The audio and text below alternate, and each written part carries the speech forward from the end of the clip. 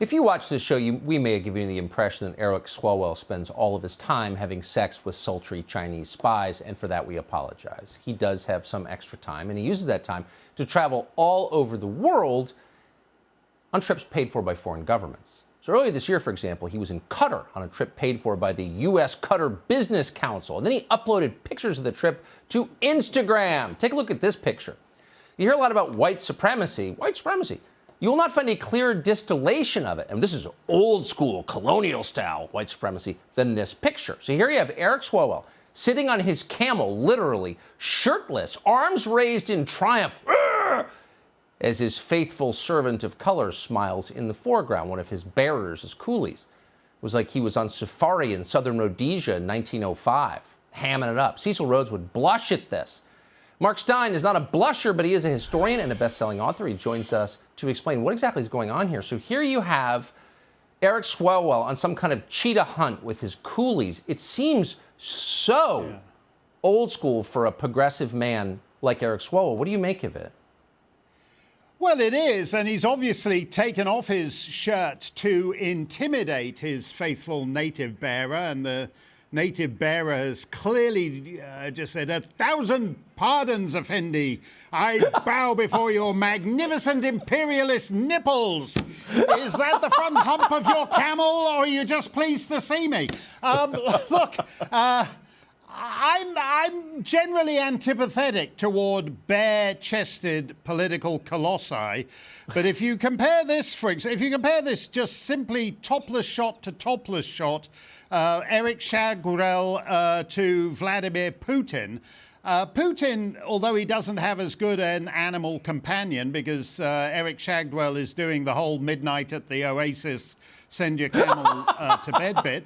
But Putin, on the other hand, uses his toplessness as a power move. And, of course, with Eric Swalwell, it's just a decadence move. I mean, this is really the other side to the story you've just been telling for the first 20 minutes of the show, Tucker, which is that you can't do this, you can't do that, you've got to be doubly vaccinated, and even if you're doubly vaccinated, you still need a COVID test, and you still need 3 masks. And meanwhile, none of our ruling class is cavorting topless with camels in Qatar. Now, that picture there is the death of the Republic. Don't wave your constitution at me.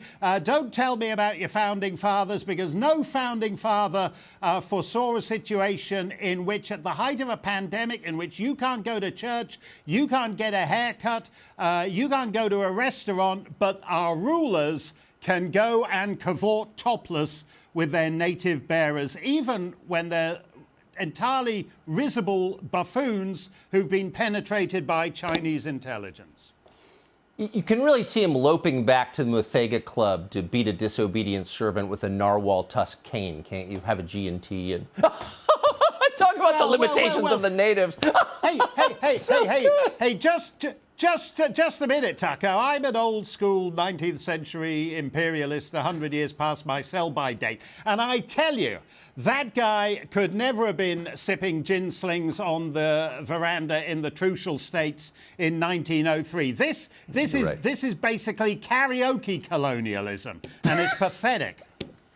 You are a genius. I'm just going to say it flat out. Mark Steyn, a man karaoke colonialism. It's just too good. Thank you, Mark. Midnight at the Oasis for America. Maria Mulder, so is. good. I love it. Hey, Sean Hannity here. Hey, click here to subscribe to Fox News YouTube page and catch our hottest interviews and most compelling analysis. You will not get it anywhere else.